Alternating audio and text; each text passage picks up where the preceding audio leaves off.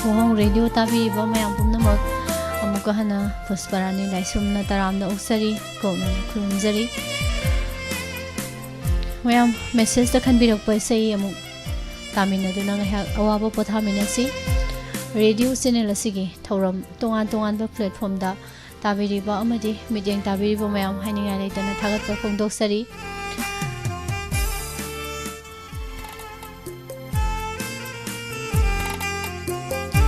thoram sibu akhanna ba oina WAHONG radio YouTube live chat amadi Diamond TV Facebook page ki kuthangda midyang tabiriba ka loinana thoram sing taraga comment bibiriba share tawbiriba like tawbiriba mayambu hainingai leitana thagatpa phongdoksari mayamna khanbi kiba isei mathang mathang lokhajarake ngarang isei singarang khangre anauba kari kari isei kanana khalakpage habado thorom asi loiba phawa taminaraga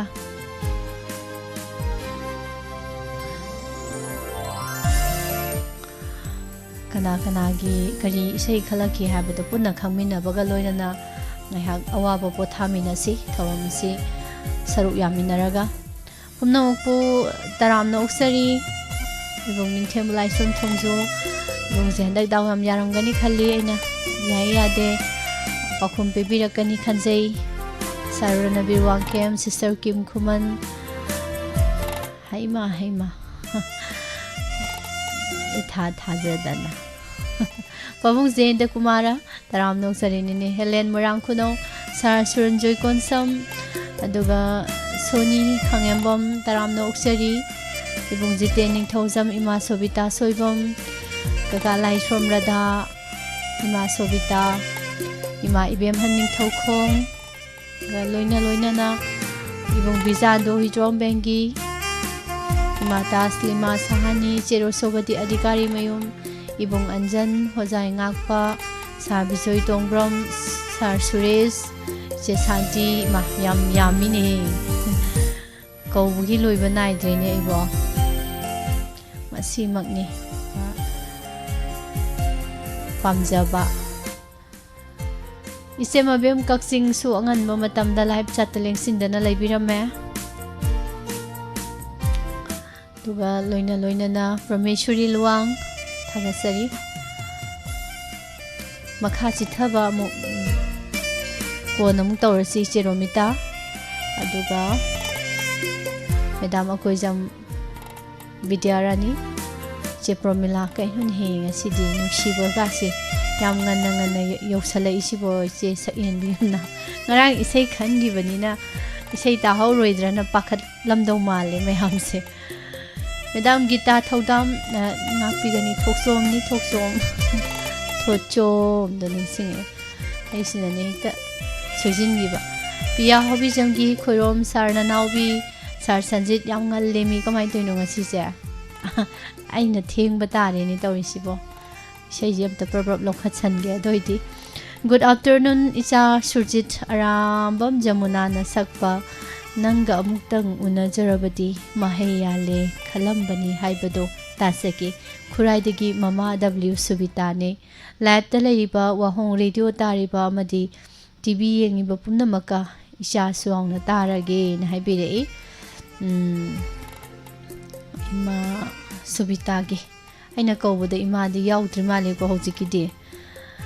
nanga amuktang unajarabadi nanga amuktang unajarabadi mahayale khanjabani maipema Ima Subita lae saurak tari sai si arambam jamuna dagi taminarasi khudol tamjage khanbirakpa isei thoibi devi na saireng be sei ni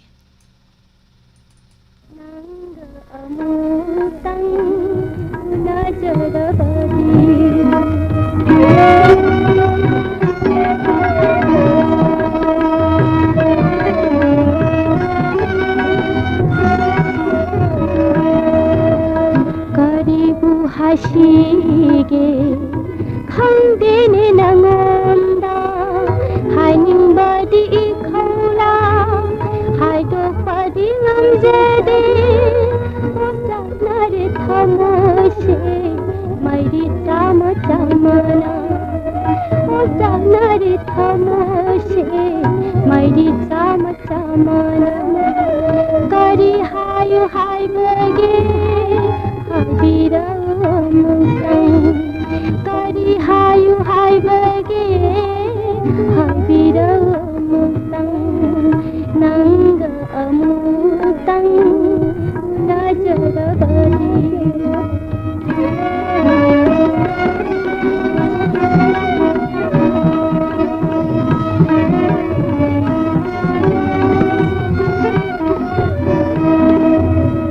ꯆꯥꯛꯈ꯭ꯔꯁꯅꯨ ꯑꯩꯒꯤ ꯊꯃꯣꯏꯁꯦ ꯀꯦꯎꯈ꯭ꯔꯁꯅꯨ ꯍꯛꯆꯥꯡꯁꯦ ꯅꯪꯒꯤ ꯅꯨꯡꯁꯤ ꯃꯩꯔꯤꯗ ꯀꯦꯎꯈ꯭ꯔꯁꯅꯨ ꯍꯛꯆꯥꯡꯁꯦ ꯅꯪꯒꯤ ꯅꯨꯡꯁꯤ ꯃꯩꯔꯤꯗ ꯃꯗꯨ ꯇꯥꯅ ꯑꯣꯏꯖꯒꯦ ꯑꯩꯒꯤ ꯅꯨꯡꯉꯥꯏꯕ ꯃꯗꯨ ꯇꯥꯅ ꯑꯣꯏꯖꯒꯦ ꯑꯩꯒꯤ ꯄꯦꯟꯖꯕ ꯃꯗꯨ ꯇꯥꯅ ꯑꯣꯏꯖꯒꯦ ꯑꯩꯒꯤ ꯄꯦꯟꯖꯕ ꯅꯪꯒ ꯑꯃꯨꯛꯇꯪ ꯎꯅꯖꯔꯕꯗꯤ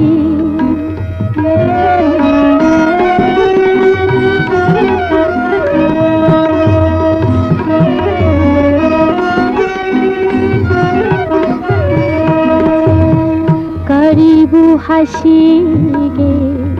ꯈꯪꯗꯦꯅꯦ ꯅꯉꯣꯟꯗ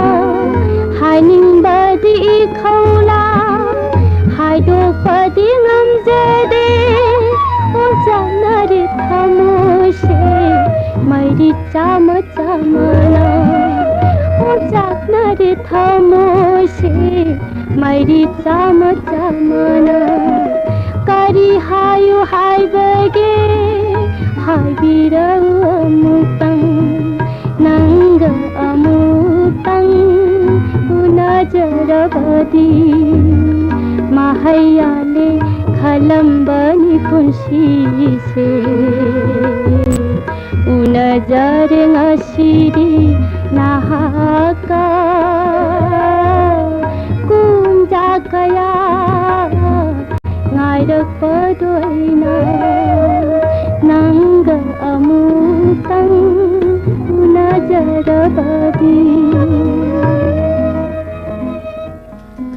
ꯑꯣꯏꯃ ꯑꯣꯏꯃ ꯏꯁꯩꯁꯦ ꯊꯃꯣꯏꯒ ꯂꯣꯏꯅ ꯃꯄꯥꯟꯗ ꯊꯣꯛꯂꯛꯀꯦ ꯇꯧꯏ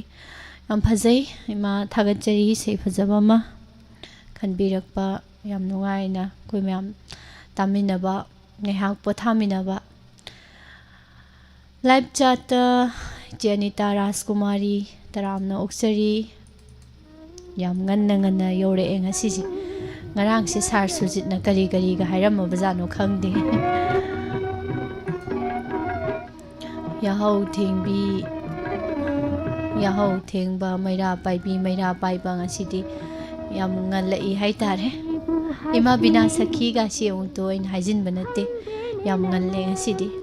ꯏꯆꯦ ꯄ꯭ꯔꯦꯃꯤꯇꯥ ꯅꯤꯡꯊꯧꯖꯝꯕꯨꯗꯤ ꯍꯣꯏ ꯃꯁꯥꯒꯤ ꯑꯗꯨꯝ ꯌꯥꯍꯧ ꯉꯟꯕꯤꯅꯤ ꯌꯥꯍꯧ ꯉꯟꯕꯤ ꯆꯦꯛꯂꯥꯅꯤ ꯑꯗꯨꯒ ꯂꯩꯕꯤꯔꯤꯕ ꯏꯆꯦ ꯍꯩꯒꯨꯔꯖꯝ ꯃꯪꯒꯤꯕꯂꯥ ꯊꯦꯡꯛ ꯌꯨ ꯏꯕꯨꯡ ꯂꯥꯏꯁ꯭ꯔꯣꯝ ꯇꯥꯈꯤꯡ ꯇꯔꯥꯝꯅ ꯑꯣꯛꯆꯔꯤ ꯄꯤꯌꯥ ꯍꯥꯎꯕꯤꯖꯣꯝ ꯔꯥꯙꯤꯀꯥ ꯆꯟ ꯑꯦꯂꯥꯡꯕꯝ ꯅꯅꯥꯎ ꯅꯅꯥꯎ ꯃꯁꯤꯅ ꯂꯣꯏꯔ ꯃꯥꯜꯂꯦ ꯁꯥꯔ ꯁꯟꯖꯤꯠ ꯊꯥꯒꯠꯆꯔꯤ ꯃꯌꯥꯝ ꯄꯨꯝꯅꯃꯛ ꯃꯤꯁ ꯑꯁꯦꯡꯕꯅꯤ ꯍꯟꯗꯛ ꯗꯥꯎ ꯈꯔ ꯌꯥꯏ ꯉꯔꯥꯡꯁꯨ AIR ꯏꯝꯐꯥꯜꯒꯤ ꯃ꯭ꯌꯨꯖꯤꯀꯦꯜ ꯀ꯭ꯋꯤꯖ ꯂꯛꯀꯤ ꯋꯤꯟꯅꯔ ꯑꯣꯏꯖꯔꯦꯅ ꯍꯥꯏꯕꯤꯔꯦ ꯌꯥꯝ ꯅꯨꯡꯉꯥꯏꯔꯦ ꯀꯪꯒ꯭ꯔꯦꯆꯨꯂꯦꯁꯟ ꯏꯕꯨꯡ ꯅꯤꯡꯊꯦꯝꯕ ꯑꯗꯨꯅꯤ ꯑꯩꯅ ꯈꯜꯂꯤ ꯃꯌꯥꯝꯁꯤꯗ ꯃꯤ 30-40 ꯂꯥꯏꯚ ꯆꯥꯠꯇ ꯂꯩꯕꯁꯤꯗꯒꯤ ꯑꯩꯅ ꯏꯍꯥꯟ ꯍꯥꯟꯅ ꯀꯧꯕ ꯃꯤꯁꯦ ꯗꯛ ꯂꯥꯎꯅ ꯂꯩ ꯃꯌꯥꯝꯁꯤꯗꯒꯤ ꯗꯛ ꯂꯥꯎꯅ ꯑꯩꯅ ꯀꯧꯊꯣꯛꯈꯤꯕꯅꯦ ꯑꯩꯅ ꯃꯥ ꯑꯃ ꯈꯜꯂ ꯀꯧꯒꯦꯅ ꯂꯩꯇꯦꯕꯀꯣ ꯑꯗꯣ ꯑꯩꯅ ꯗꯛ ꯂꯥꯎꯅ ꯀꯧꯔꯤꯕ ꯃꯤꯁꯤꯡꯁꯦ ꯑꯗꯨꯝ ꯗꯥꯎ ꯈꯔ ꯌꯥꯔꯗꯧꯅꯦ ꯑꯗꯨꯒ ꯀꯧꯕꯗ ꯈꯔ ꯆꯤꯊ ꯅꯥꯟꯊꯕ ꯁꯨꯝ ꯎꯅꯒ ꯆꯥ ꯇꯧꯅ ꯀꯧꯕꯗꯒ ꯑꯗꯨꯝ ꯆꯤꯊꯔꯕ ꯏꯃꯥ ꯈꯪꯗꯦ ꯏꯆꯦ ꯈꯪꯗꯦ ꯗꯥꯎ ꯈꯔ ꯌꯥꯔꯔꯣꯏꯗꯧꯕꯅꯤ ꯅꯨꯃꯤꯠꯇꯨꯒꯤ ꯑꯣꯏꯅ ꯑꯩꯅꯗꯤ ꯅꯠꯇꯦꯀꯣ ꯉꯁꯥꯏꯒꯤ ꯃꯁꯥꯒꯤ ꯏꯆꯦ ꯍꯣꯏ ꯏꯃꯥ ꯍꯣꯏꯒꯤ ꯗꯥꯎꯒꯤ ꯋꯥꯐꯝꯅꯤꯁꯦ ꯑꯗ ꯁꯨꯝ ꯑꯩꯅ ꯑꯩꯒꯤ ꯈꯪꯖꯕꯤ ꯑꯃ ꯂꯩꯕꯗꯣ ꯑꯗꯨꯒꯤ ꯁꯨꯝ ꯍꯥꯏꯗꯣꯛꯄꯩ ꯋꯥꯅꯦꯕ ꯍꯦꯛ ꯍꯥꯏꯖꯤꯟꯕꯨ ꯌꯥꯝ ꯅꯨꯡꯉꯥꯏꯖꯔꯦ ꯃꯌꯥꯝ ꯀꯅꯥꯅꯣ ꯅꯅꯥꯎ ꯀꯣꯟꯊꯧꯖꯝꯒꯤꯔꯣ ꯑꯃ ꯌꯥꯎꯔꯤꯁꯤꯕꯣ ꯏꯆꯦ ꯃꯕꯦꯝ ꯑꯗꯨꯒ ꯏꯃꯥ ꯕꯤꯅꯣ ꯀꯣꯟꯖꯦꯡꯕꯝ ꯏꯕꯨꯡ ꯑꯟꯖꯟ ꯀꯩꯁꯨ ꯍꯥꯏꯔꯝꯗꯤꯌꯦ ꯏꯆꯦ ꯄꯨꯁꯄꯥꯔꯥꯅꯤꯅ ꯑꯣ ꯑꯩꯗꯤ ꯍꯥꯏꯔꯝꯖꯥꯠꯂꯅ ꯈꯜꯂꯨꯔꯦ ꯏꯃꯥ ꯍꯥꯎꯁ ꯋꯥꯏꯐ ꯑꯗꯨꯒ ꯏꯆꯦ ꯄ꯭ꯔꯣꯃꯤꯂꯥ ꯏꯆꯦ ꯃꯟꯗꯥꯏ ꯂꯥꯡꯕꯝ ꯏꯃꯥ ꯏꯕꯦꯃꯟ ꯏꯃꯥ ꯁꯨꯕꯤꯇꯥ ꯏꯆꯦ ꯔꯣꯁꯣꯕꯇꯤ ꯏꯃꯥ ꯕꯤꯔꯥꯁꯤꯅꯤ ꯏꯃꯥ ꯕꯤꯃꯣꯂꯇꯥ ꯄꯥꯕꯨꯡ ꯖꯌꯦꯟꯇ ꯀꯨꯃꯥꯔꯥ ꯃꯤꯁꯇꯔ ꯅꯨꯡꯁꯤꯕ ꯏꯕꯨꯡ ꯖꯣꯏ ꯃꯣꯏꯔꯥꯡꯊꯦꯝ ꯏꯆꯦ ꯑꯕꯦ ꯈꯥꯡꯉꯦꯝꯕꯝ ꯇꯔꯥꯝꯅ ꯑꯣꯛꯆꯔꯤ ꯏꯃꯥ ꯁꯣꯕꯤꯇꯥ ꯃꯦꯗꯥꯝ ꯒꯤꯇꯥ ꯆꯟꯗꯝ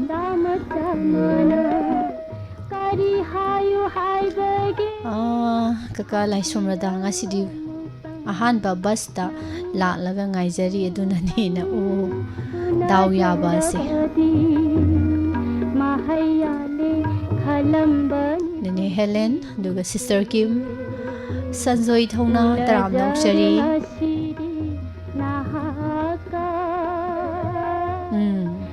ꯉꯁꯤ ꯏꯁꯩ ꯐꯖꯅꯤ ꯏꯆꯦ ꯁꯥꯟꯇꯤ ꯀꯧꯕꯒꯤ ꯂꯣꯏꯕ ꯅꯥꯏꯗꯦ ꯏꯃꯥ ꯕꯨꯗꯤꯕꯇꯤꯁꯨ ꯆꯤꯊꯔꯝꯃꯤꯁꯦ ꯗꯥꯎꯁꯦ ꯐꯦꯔꯦ ꯐꯦꯔꯦ ꯍꯥꯏꯔꯒ ꯂꯩꯔꯝꯗꯧ ꯃꯥꯜꯂꯦ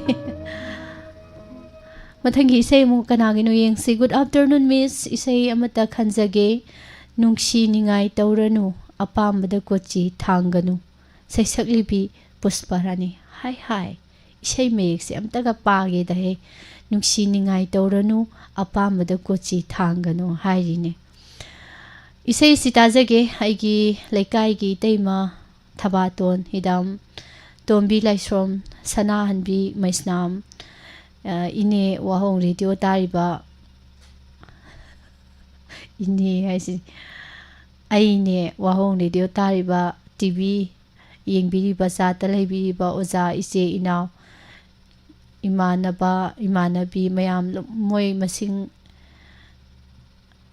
ꯃꯁꯤꯡ ꯍꯦꯜꯂꯤ ꯃꯤꯁꯀ ꯄꯨꯟꯅ ꯇꯥꯃꯤꯟꯅꯁꯤ ꯃꯣꯏꯅ ꯃꯁꯤꯡ ꯍꯦꯜꯂꯤ ꯍꯥꯏ ꯃꯥꯜꯂꯤ ꯏꯁꯩ ꯈꯟꯖꯔꯛꯂꯤꯕ ꯑꯩ ꯁꯨꯔꯟꯖꯣꯏ ꯀꯣꯟꯁꯝ ꯌꯥꯏꯔꯤꯄꯣꯛ ꯈꯣꯏꯔꯣꯝ ꯃꯈꯥ ꯃꯤꯁ ꯊꯥꯒꯠꯆꯔꯤ ꯍꯥꯏꯕꯤꯔꯛꯏ ꯁꯥꯔ ꯁꯨꯔꯟꯖꯣꯏꯅ ꯈꯜꯂꯛꯄ ꯑꯣꯏꯔꯦꯀꯣ ꯏꯁꯩꯁꯦ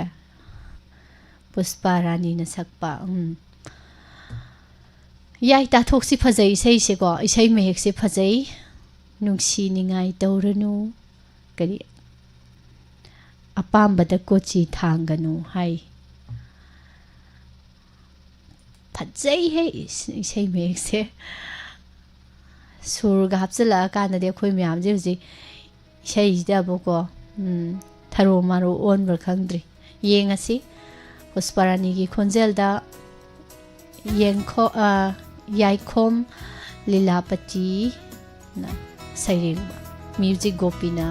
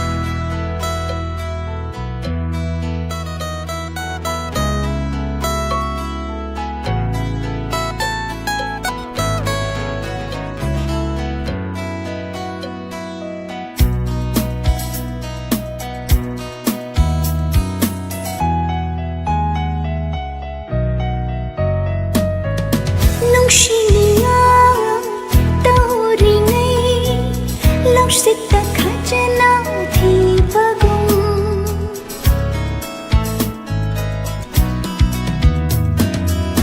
ꯅꯨꯡꯁꯤꯅꯤꯡꯉꯥꯏ ꯇꯧꯔꯤꯉꯩ ꯅꯨꯡꯁꯤꯠꯇ ꯈꯖꯅ ꯊꯤꯕꯒꯨꯝ ꯐꯨꯔꯤꯠꯇ ꯃꯥꯡꯖꯣꯝ ꯆꯣꯡꯖꯅꯤ ꯃꯤꯅ ꯍꯥꯟꯈ꯭ꯔꯒ ꯇꯛꯁꯤ ꯁꯣꯟꯖꯍꯧꯅꯤ ꯅꯨꯡꯁꯤꯅꯤꯡꯉꯥꯏ ꯇꯧꯒꯅꯨ ꯑꯄꯥꯝꯕꯗ ꯀꯣꯆꯤ ꯊꯥꯡꯒꯅꯨ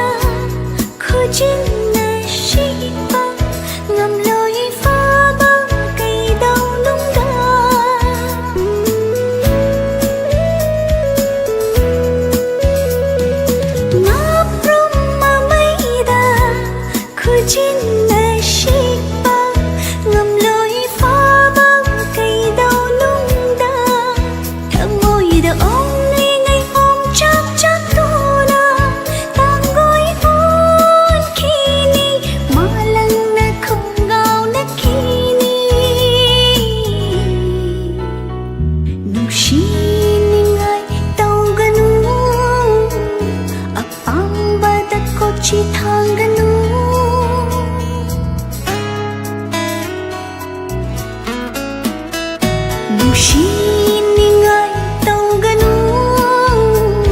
ꯑꯄꯥꯝꯕꯗ ꯀꯣꯆꯤ ꯊꯥꯡꯒꯅꯨ ꯄꯥꯝꯂꯕꯗꯤ ꯄꯥꯝꯃꯤ ꯍꯥꯏꯗꯣꯛꯎ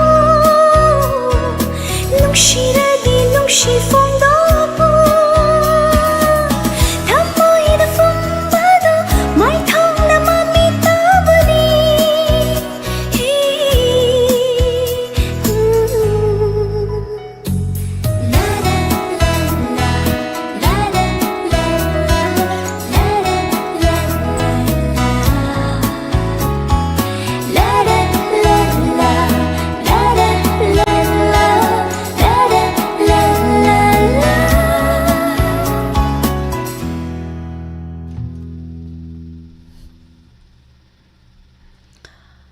ꯐꯖꯩ ꯐꯖꯩ ꯏꯁꯩꯁꯦ ꯐꯖꯩ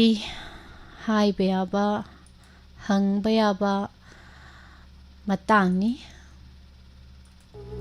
ꯀꯩ ꯀꯥꯟꯅꯗꯣꯏꯅꯣ ꯍꯥꯏꯒꯗꯧꯕ ꯗꯣꯡ ꯗꯣꯡ ꯍꯥꯏꯗꯣꯛꯄ ꯀꯣꯆꯤ ꯀꯣꯔꯥꯡ ꯀꯣꯠꯇꯅ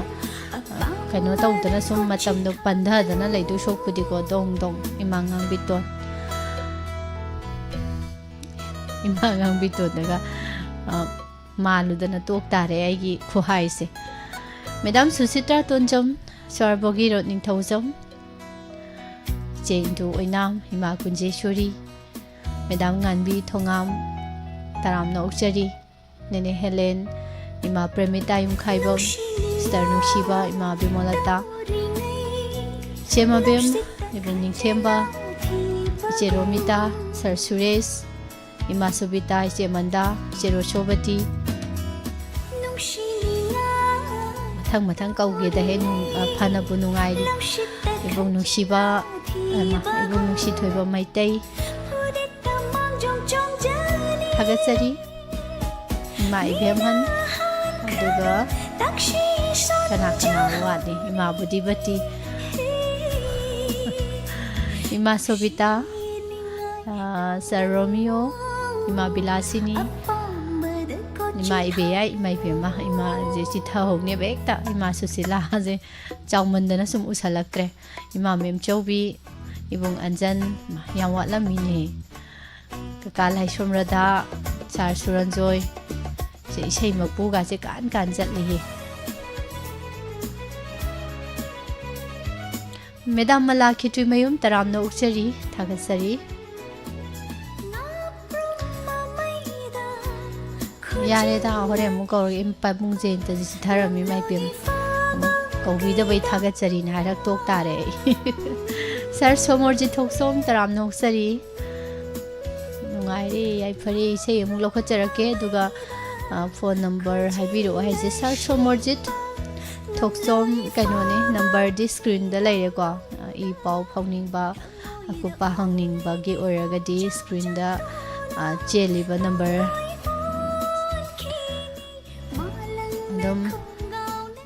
GP number later aduga SMS haba call tawagi number su laire aduga sigi isai khanbagi oragadi sum note tawsanbiba save tawsanbibagi or sum yai aduga hojik ti number se sisinajade na haitare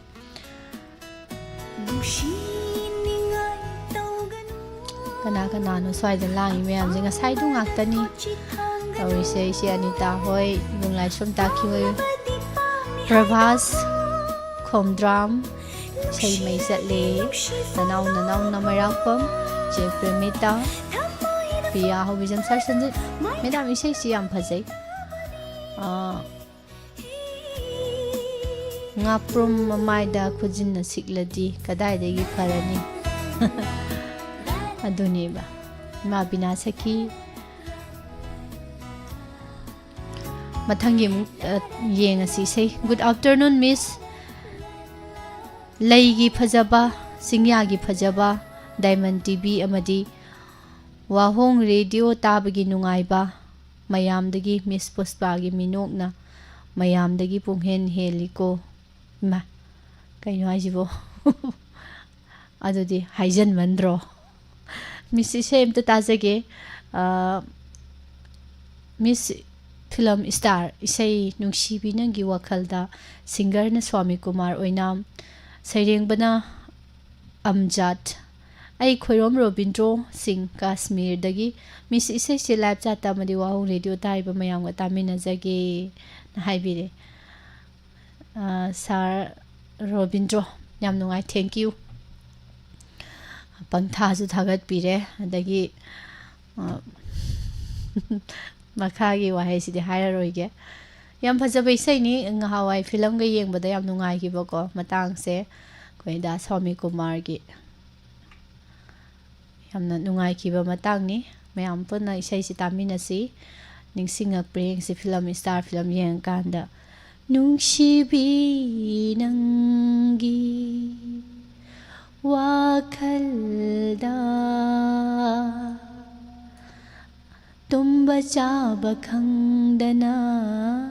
le ne wow kaya hada fajari ba isai kudol tamjari Sir Robindro na khanbirok isai se khoi myam nungai na nok tana taminasi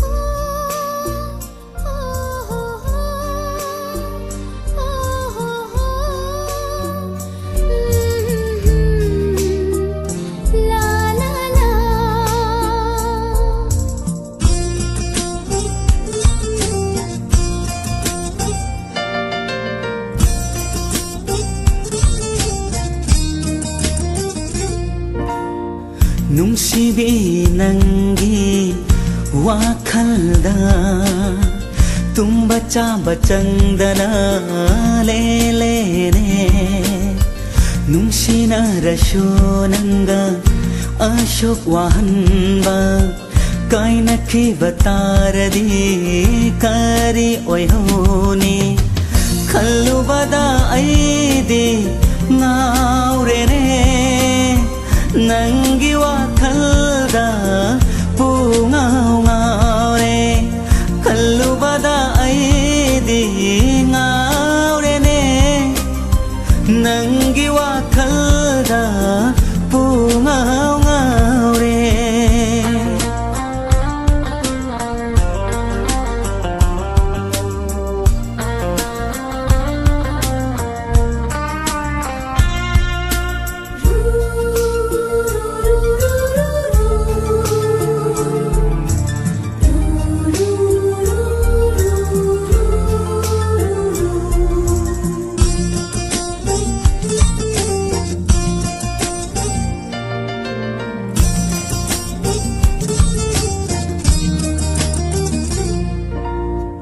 Laihaningi nang se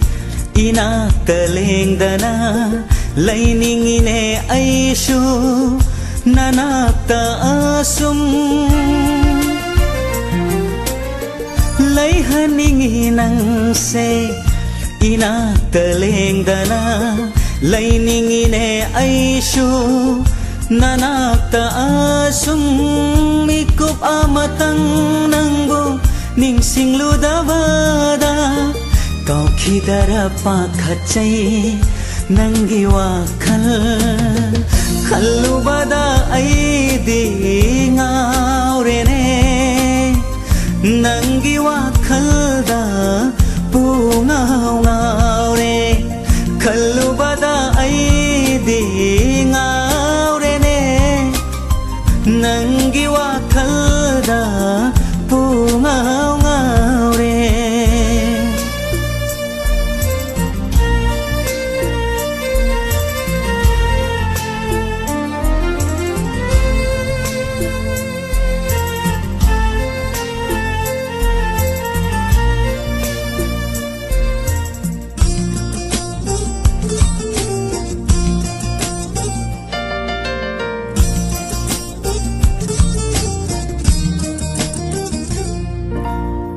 ꯅꯪꯗꯤ ꯑꯩꯒꯤ ꯊꯋꯥꯏꯅꯤ ꯆꯦꯛꯁꯤꯟꯅ ꯊꯝꯖꯕ ꯊꯃꯣꯏꯒꯤ ꯂꯩꯀꯣꯜꯗ ꯂꯩꯁꯥ ꯇꯝꯂꯤꯕꯤꯅꯤ ꯅꯪꯗꯤ ꯑꯩꯒꯤ ꯊꯋꯥꯏꯅꯤ ꯆꯦꯛꯁꯤꯟꯅ ꯊꯝꯖꯕ ꯊꯃꯣꯏꯒꯤ ꯂꯩꯀꯣꯜꯗ ꯂꯩꯁꯥ ꯇꯝꯂꯤꯕꯤꯅꯤ ꯊꯋꯥꯏ ꯑꯣꯏꯕꯤ ꯅꯪꯅ ꯊꯥꯗꯣꯛꯇꯨꯅ ꯆꯠꯈ꯭ꯔꯗꯤ ꯀꯔꯤ ꯑꯣꯏꯍꯧꯒꯅꯤ ꯑꯩꯒꯤ ꯄꯨꯟꯁꯤ ꯈꯜꯂꯨꯕꯗ ꯑꯩꯗꯤ ꯉꯥꯎꯔꯦꯅꯦ ꯅꯪꯒꯤ ꯋꯥꯈꯜꯗ ꯄꯨꯡꯉꯥꯎ ꯉꯥꯎꯔꯦ ꯈꯜꯂꯨꯕꯗ ꯑꯩꯗꯤ ꯉꯥꯎꯔꯦꯅꯦ ꯅꯪꯒꯤ ꯋꯥꯈꯜꯗ ꯄꯨꯡꯉꯥꯎ ꯉꯥꯎꯔꯦ ꯅꯨꯡꯁꯤꯕꯤ ꯅꯪꯒꯤ ꯋꯥꯈꯜꯗ ꯇꯨꯝꯕ ꯆꯥꯕ ꯆꯪꯗꯅ ꯂꯦꯂꯦꯅꯦ ꯅꯨꯡꯁꯤꯅꯔꯁꯨ ꯅꯪꯒ ꯑꯁꯨꯛ ꯋꯥꯍꯟꯕ ꯀꯥꯏꯅꯈꯤꯕ ꯇꯥꯔꯗꯤ ꯀꯔꯤ ꯑꯣꯏꯍꯧꯅꯤ ꯈꯜꯂꯨꯕꯗ ꯑꯩꯗꯤ ꯉꯥꯎꯔꯦꯅꯦ ꯅꯪꯒꯤ ꯋꯥꯈꯜꯗ ꯄꯨꯡꯉꯥꯎ ꯉꯥꯎꯔꯦ ꯈꯜꯂꯨꯕꯗ ꯑꯩꯗꯤ ꯉꯥꯎꯔꯦꯅꯦ ꯅꯪꯒꯤ ꯋꯥꯈꯜꯗ ꯄꯨꯡꯉꯥꯎ ꯉꯥꯎꯔꯦ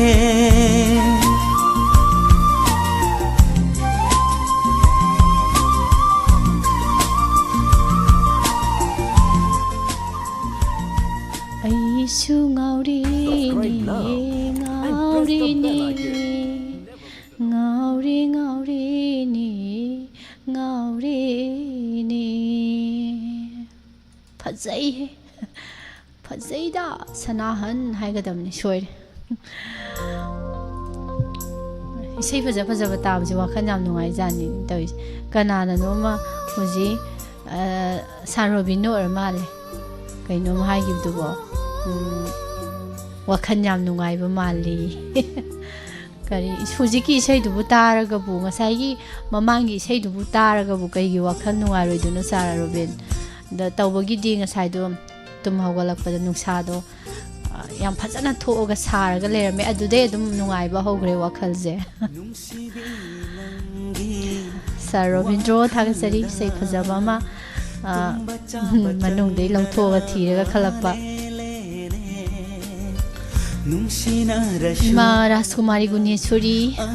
ꯏꯆꯦ ꯔꯤꯅꯥ ꯍꯤꯗꯝ ꯉꯁꯥꯏꯒꯤ ꯀꯧꯍꯧꯗꯕ ꯅꯦꯅꯥ ꯈꯨꯃꯟ ꯏꯁꯩ ꯍꯥꯏꯁꯤꯗꯤ ꯑꯗꯨꯃꯥꯏꯅ ꯇꯥꯒꯗꯕꯅꯤꯀꯣ ꯅꯨꯡꯉꯥꯏꯅ ꯋꯥꯈꯜ ꯅꯨꯡꯉꯥꯏꯅ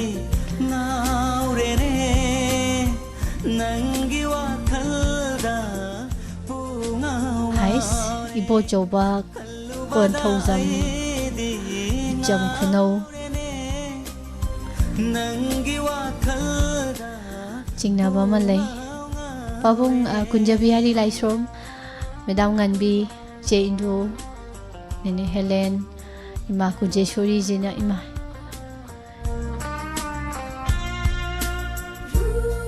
Rose ka mayam pisale Wakan jarang na ringay sida Ima Bimola Konsam Madam Susitra Ima Ngang Biton Monali Lumputom Biji Lumbo wara abrakang de palang song thore ise iche ima mani tombi yum nam haga sari hana hana nausa lama bom shema be vaccine sister Kim sei loi bong tabiu sar lechin khuman ta lechin khuman good afternoon ngasigi sei yamna phajai ina pamjaba isei ngakta misu ngasi gi phajaba se ngahan khaidagi heli mis wakhal nungaiba mali mise ngasi noma gi daw mi hai tare noma gi ma dom sare nuga se ngai kai chalor jano kawu kawu ne di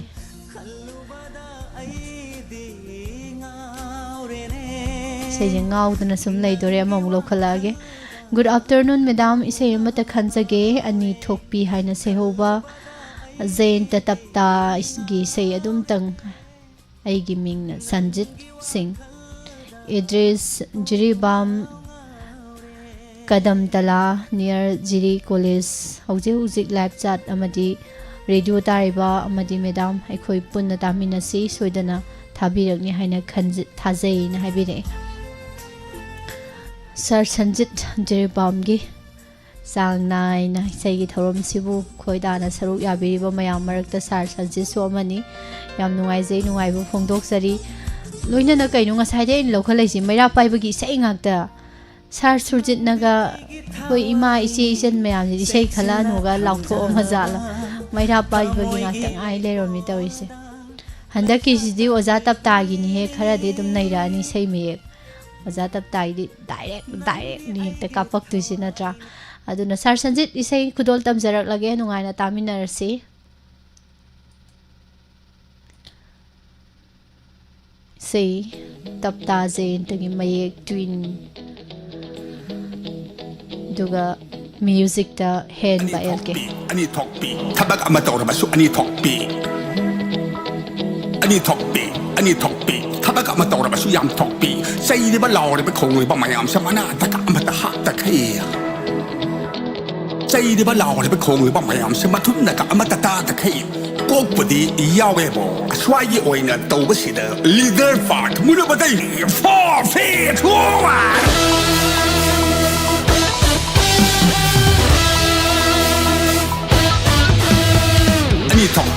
Ani tokpi tabak amata ora basu ani tokpi tabak amata ora basu yam tokpi say di ba law di ba khong ba mayam sa mana ta ka amata ha ta khai say di ba law di ba khong ba mayam sa mathun na ka amata ta ta khai kok pudi yawe bo aswai yi oina tau ba si da leader part muna ba dai ni wa jo fi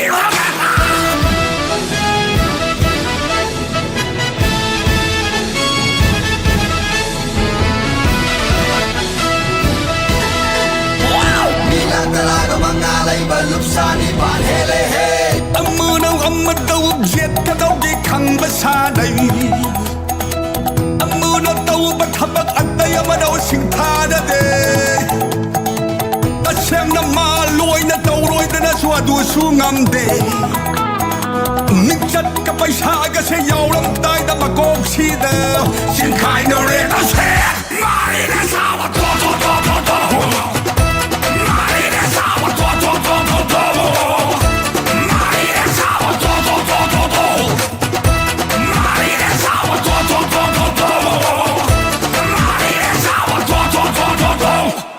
Mi hai basi yamna su tamthiba sa makal amari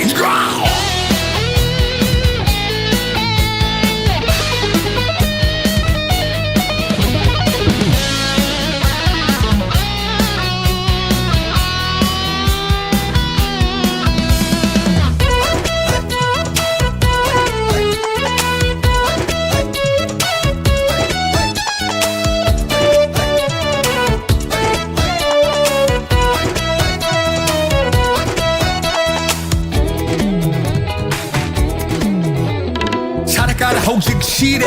ไอ้คอยลอยนะหายเดชีระบาดูดัดใจดีบ่ไอ้คอยดีไก่ดาวรีไอ้เชียมวยเกท่าตลุกตะลานลอยเกMLAอมตะดิทกละกูดาวอูนาใจกันดาวดิCMใจกันดาวดิสถานการณ์60ชีเดไอ้คอยลอยนะหายเดชีระบาดูดัดใจดีบ่ไอ้คอยดีไก่ดาวรีไอ้เชียมวยเกท่าตลุกตะลานลอยเกMLAอมตะดิทกละกูดาวอูนาทกลังเตนี่อดุดาดีฮะไอ้คอยหกสิกรีเต้าเสบาอูระสุอุสนาดัลเลชเลชรอไอ้คอยหกสิกรีขันเสบาขังละสุขังสนาดัลเลทกละชรอมีนะสิทำโอยดีไงมานะโอยเกียเดียดนะโอเฮกตักพีนะใจโอนี่ทกทกอีนิ่งทำบัตตาละสูหานะการบัตตานะบัตโอมาตานเกียเดียดนะโอนี่ทกทกอีกะมีนะเขาโอยดีไงมานะโอยเกียเดียดนะโอเฮกตักพีนะใจโอ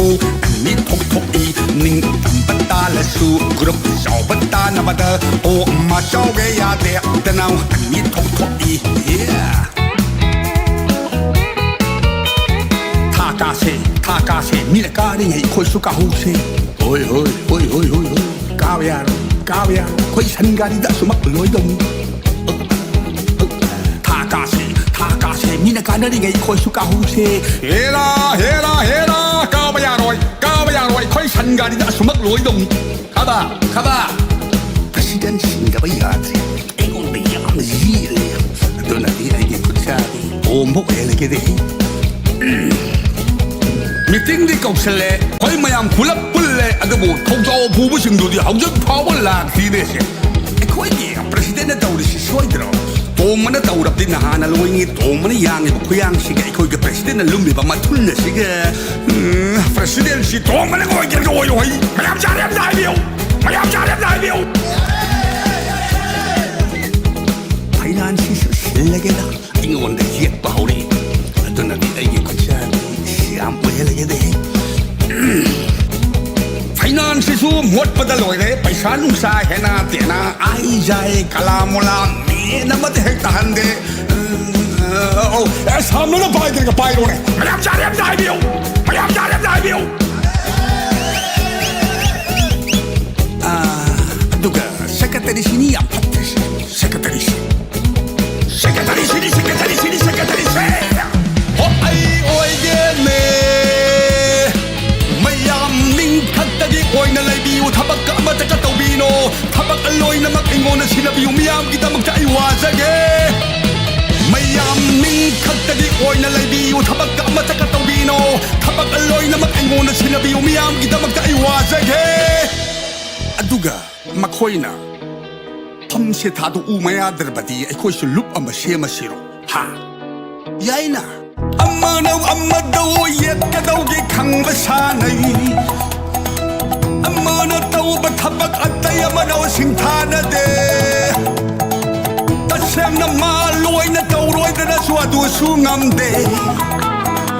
มิงจัดกับไปชากะสิยาวลำตายดำมาโกกสีเดสิงขายนะเดก็เซมไม่ได้สาวโตไม่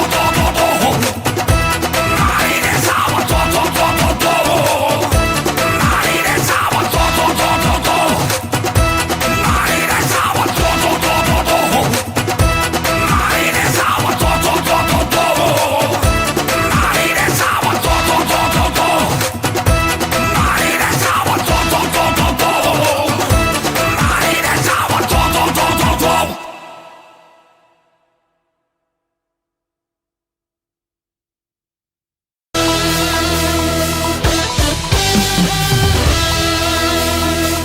ให้ดูนี่โอซาตับตากิมาเอกตีตุม direct ให้รักกันเนี่ย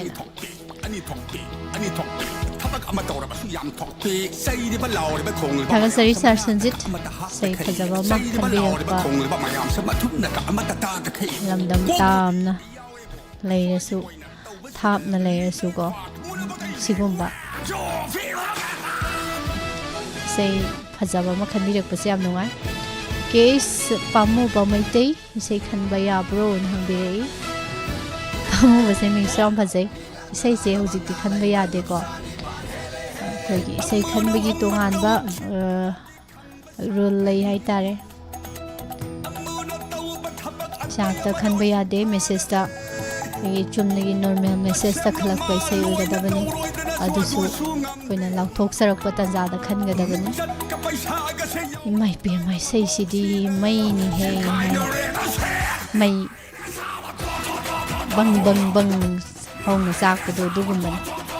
इमा शांति ब्लासु योग सिलखरे sir Mahendra पिया हॉबिजम से प्रेमिता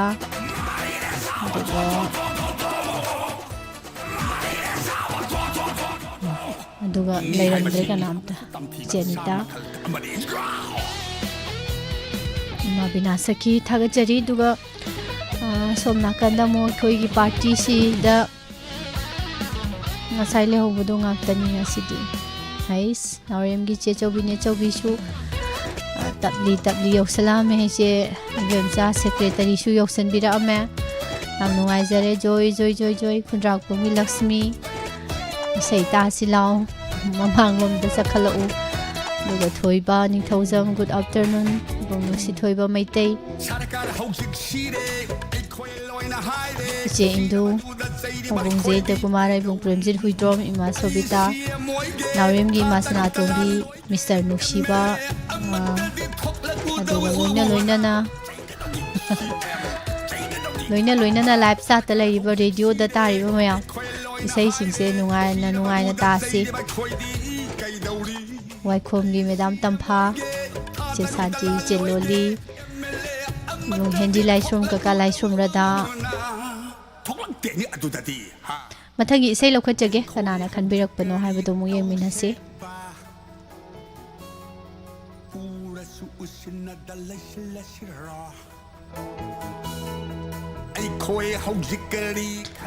Good afternoon, Inau Miss Thoibi. Live chat program WAHONG radio gi Thauram Singh taraga yengaga Inau gi message program sum yengaga sei sing taraga Inau Thoibi ji sum yeng bakanda nasi thamoida pangnung tanusiba haibadu Paurakpadagi ngasidi sei amatang khangta taningak khankibani soidana thabirau ainu ningahangai di khalak tabrani haisibo aina chingnari sina mi ama haireibo wahaisina atopa ma makha yengi ge mayam ko phajari wari se Inau Thoibida dedicate tawjage lamhelabi thamoisina film dagi pangnung da nungsi ko nangse pangsak ta sa iko nangse haina se hori ba isei dum tang ngasidi mayam ga punna taminasi isei khanjarak liba ai kaksing degi nawrem mabem WAHONG radio tari ba mayam ga taminasi Inau Thoibida isei si dedicate tawjari haibire kaini se na haigi mayam do makok loi kaw ren toise amuk pahidra pararoi paradi sum padana ngausalak pasu yai ba wari do hais dedicate torok pe sai ni ko mayam si madi ai phajana tarage sound ji khal lekhatlaga pangnung da nu shiko nang se paksak ta sa iko nang se la la la la la la La la la Kariyai bu bano khangde haifam khangdana ngau halliba pangnung danu shiko nang se imai pem sidabu momon no aga harau leitradi makhade hairoi isei oina tar simeaw sema bem kaksing na khanbirakpa dedicate tawbirakpa isei ni thank you dedicate tawbirakpagi lamhelabi thamoisna film dagi khanbirakpa isei khudol tamsali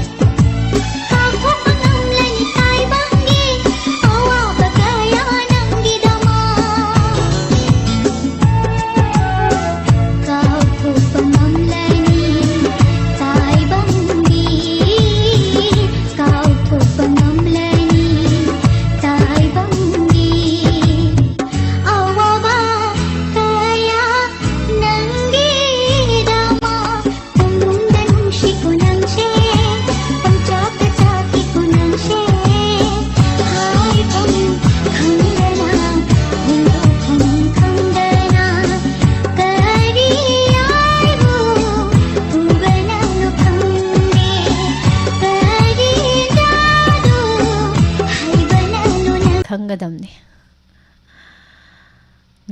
ꯏꯁꯩꯁꯦ ꯇꯔꯥꯏꯕ ꯏꯁꯩ ꯅꯠꯇꯦꯅꯤ ꯏꯁꯩꯁꯦ ꯃꯥꯒꯤꯁꯦ ꯂꯛꯅꯔꯤꯅꯤ ꯅꯦꯠꯁꯤꯅ ꯇꯧꯔꯤꯁꯦ ꯂꯛꯅꯔꯤꯅꯤ ꯇꯧꯔꯤꯁꯦ 이세이제 미기 다이렉 헥터 타모이다 빠리베 이세이네바 아도가 네시나 우시따다나이바 짭피가 수사나자 떠오리세 미 이세 이마 이젠 이붕 이바 마얌 이세이제 누아이나 따링에시다 마나 떠오리세 야닝브라 하이바 아이스 프라바 미담 프라바 농통범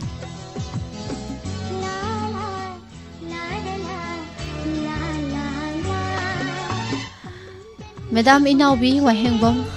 Ibong Primsit Yadre ngasidi yadre wakhan se pukning se haksang se wakhal se pukning se haksang se luraba lai je isingna hanjin jamlaba shudo kaya ingdau habi yadaw mantre Nitulai, good afternoon, Imai Beyai, Ima Bimola, Mr. Nukshiba, Ima Raskumari Guneshwari, Jebabim Kaksing, thank you. Ibong Nuksi Toiba Maitei, Siro Sobati, Tagachari Hanahana, Mayapum Namal, Siro Mita, Toiba, Miss Pusprani, Saisi, Toiba, Miss Pusprani, Saisi, Ampazay,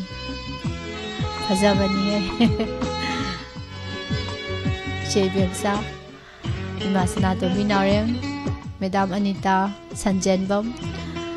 Taram Nokchari Che Promila Angeda Pangko Kaurabra Hanjan Kaurabra Kangde Ima Binasaki Nanau Duga I know Iche Indubala Kaidorino Sida Dagi Ibung Laisum Taking Duga Pia Hobijangi Ma Rosni Uramanini Kaino Rosni jina Hawaii machudo iramdre kamai taijano Sar Robin aduga Je Premita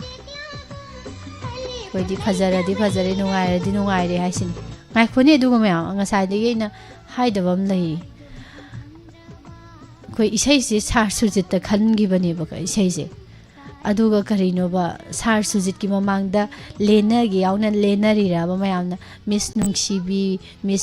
na punghen heli minokta maithongda ingta piga mayam hai mayam ji sar sujit ta lena ri ra ba te ngarang ji kai gum isai ji para sar sujit na patho mo ba ikai jaroi da hamni da mayam ji dharma di khara yamdar ko Pawa muki jang dharamadi laibinadi phadawni hek haijinbu mathangi se lokajage kanagi no yengminarasi Miss good afternoon isai bema mama su isai mata tajage migi macha nungsibi sesakliba huidrom nawboy isai khanjarakliba mama Indira yengkhomni Isai se Icha Ahan James da dedicate tawjage Miss Isai soidana thabiro u na haibire Karino ne ima na khanba isai da mi gi macha nungsibi na haisibo Ima gi sisu kainom ni Isai phajaraga loire natra maya kaisu gaide se Si sai ji su ngon da pan gum la kum tawrak to ma le sung khan da migi macha nungsibi ga hai ba se dana boy ne ngon da yeng ga sakla I boy ga khalak ka do ma le sung khan da eken da ten su gi mek da sakli be sai ni khudol thong se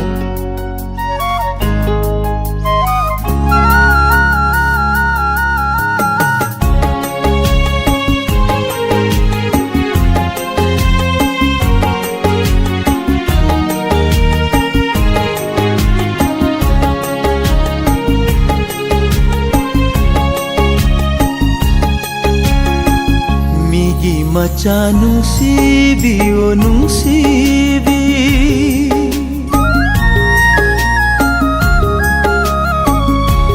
ꯃꯤꯒꯤ ꯃꯆꯥ ꯅꯨꯡꯁꯤꯕꯤꯌꯣ ꯅꯨꯡꯁꯤꯕꯤ ꯊꯃꯣꯏ ꯃꯁꯛ ꯈꯪꯕꯤꯔꯣ ꯏꯪꯅ ꯇꯞꯅ ꯊꯥꯡꯂꯤꯕ ꯈꯣꯡꯊꯥꯡꯅ ꯅꯨꯡꯁꯤ ꯃꯥꯏꯀꯩ ꯄꯥꯡꯂꯁꯤ ꯄꯟꯊꯨꯡ ꯇꯝꯅ ꯆꯠꯂꯁꯤ ꯃꯤꯒꯤ ꯃꯆꯥ ꯅꯨꯡꯁꯤꯕꯤꯌꯣ ꯅꯨꯡꯁꯤꯕꯤ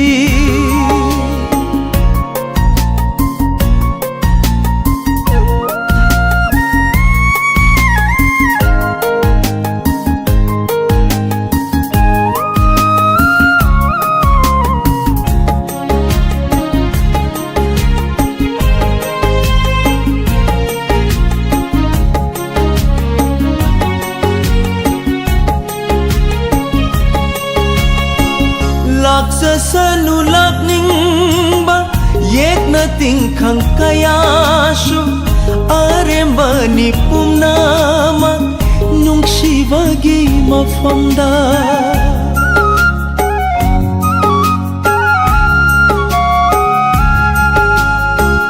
lepliva khongphang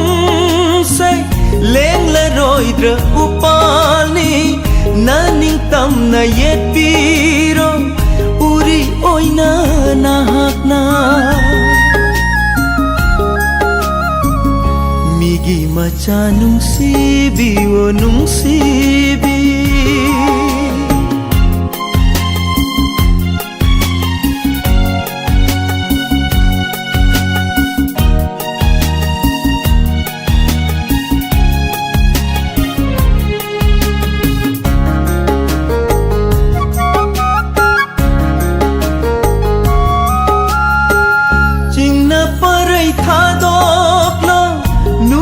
manglan manglingai aigi nakta lairingai di teng tha haloi kai dau nung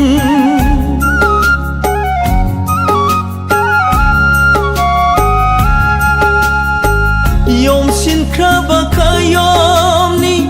jetna pun bali punni nangi aigi nungsiba nongdam bagi khudolni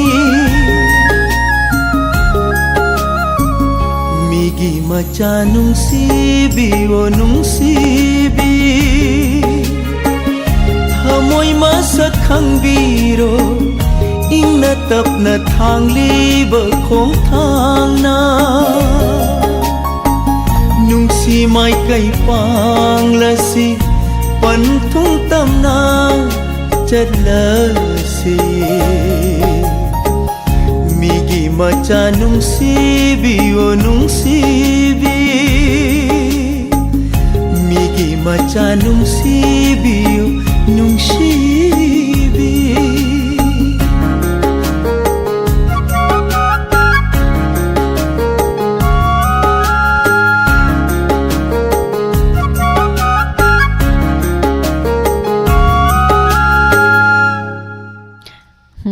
isaize migi macha nungsibisingje nungaitra wakhan seisi tarubada mayamgidi haidorokphom kaino do microphone do yaudramina boko aigi somdai dum hairaage mayamgi yaudamnina mayamgi mahut silaga ko sigi seisi tabada migi macha nungsibisingdo wakhan soidana nungairamgani khalli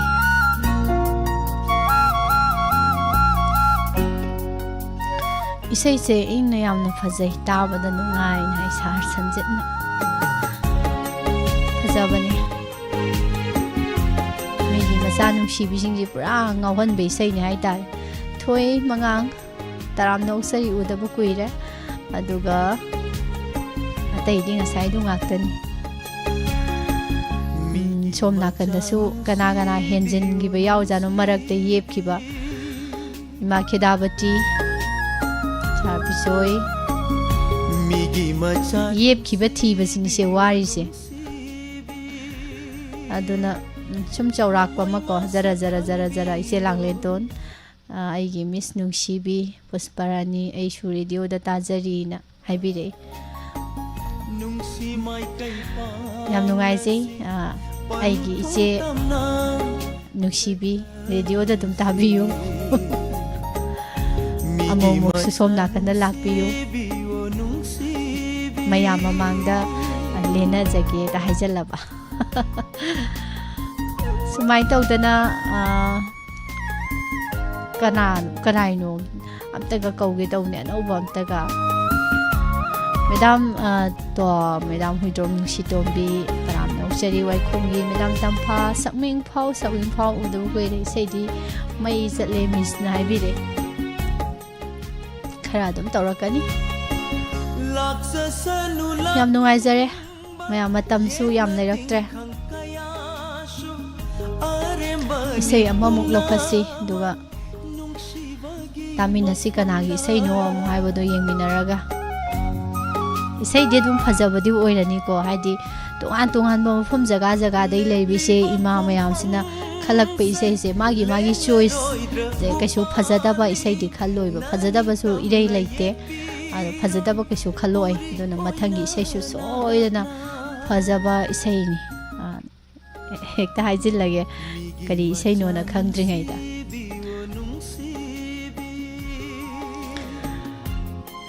Good afternoon icha ibungo Surjit isa bu ngasigi thawam sida imana taramna oksari thagatpa phongdoksari adu isai se isana lokhalaktoribra isa miss thoi lokhalakadoribra anima haijarage ngasidi isana pham lerame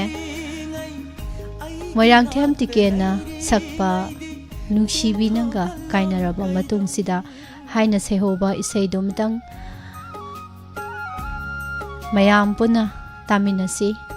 ꯁꯣꯏꯗꯅ ꯊꯥꯕꯤꯔꯛꯎ ꯏꯁꯩ ꯈꯟꯖꯔꯛꯂꯤꯕ ꯑꯩ ꯀꯛꯆꯤꯡꯗꯒꯤ ꯁꯅꯥꯇꯣꯝꯕꯤ ꯅꯥꯎꯔꯦꯝꯅꯤ ꯍꯥꯏꯕꯤꯔꯛꯏ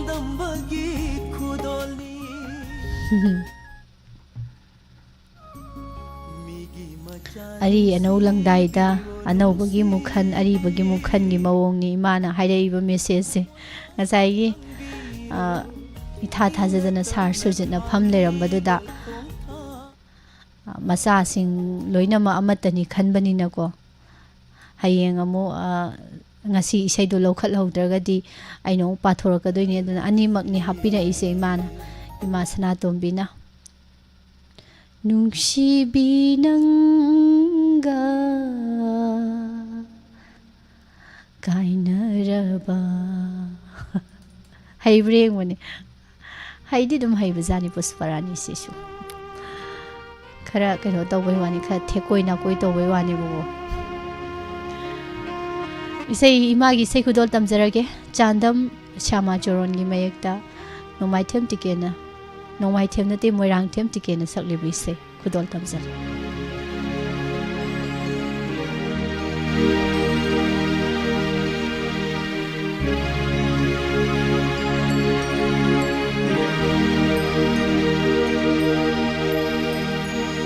nungsibi nanga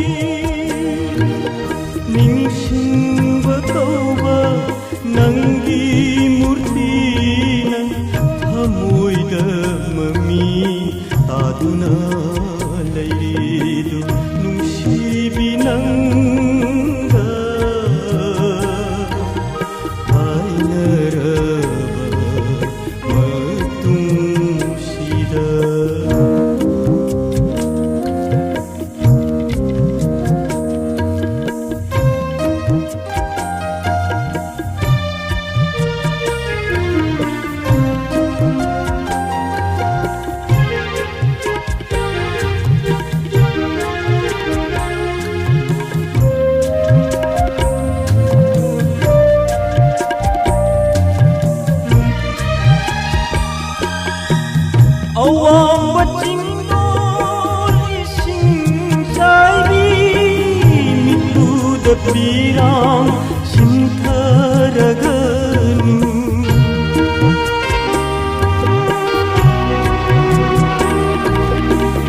ꯑꯋꯥꯡꯕ ꯆꯤꯡꯗꯣꯜ ꯏꯁꯤꯡ ꯆꯥꯏꯕꯤ ꯃꯤꯠꯂꯨꯗ ꯄꯤꯔꯥꯡ ꯁꯤꯟꯊꯔꯒꯅꯤ ꯊꯨꯡꯅꯕ ꯅꯠꯇꯦ ꯀꯥꯏꯅꯕꯅꯤ ꯅꯣꯡꯃꯗꯣꯜꯒ ꯃꯥꯂꯦꯝꯒ ꯁꯝꯅꯔꯕꯅꯤ ꯅꯨꯡꯁꯤꯕꯤ ꯅꯪꯒ ꯀꯥꯏꯅꯔꯕ ꯃꯇꯨꯡꯁꯤꯗ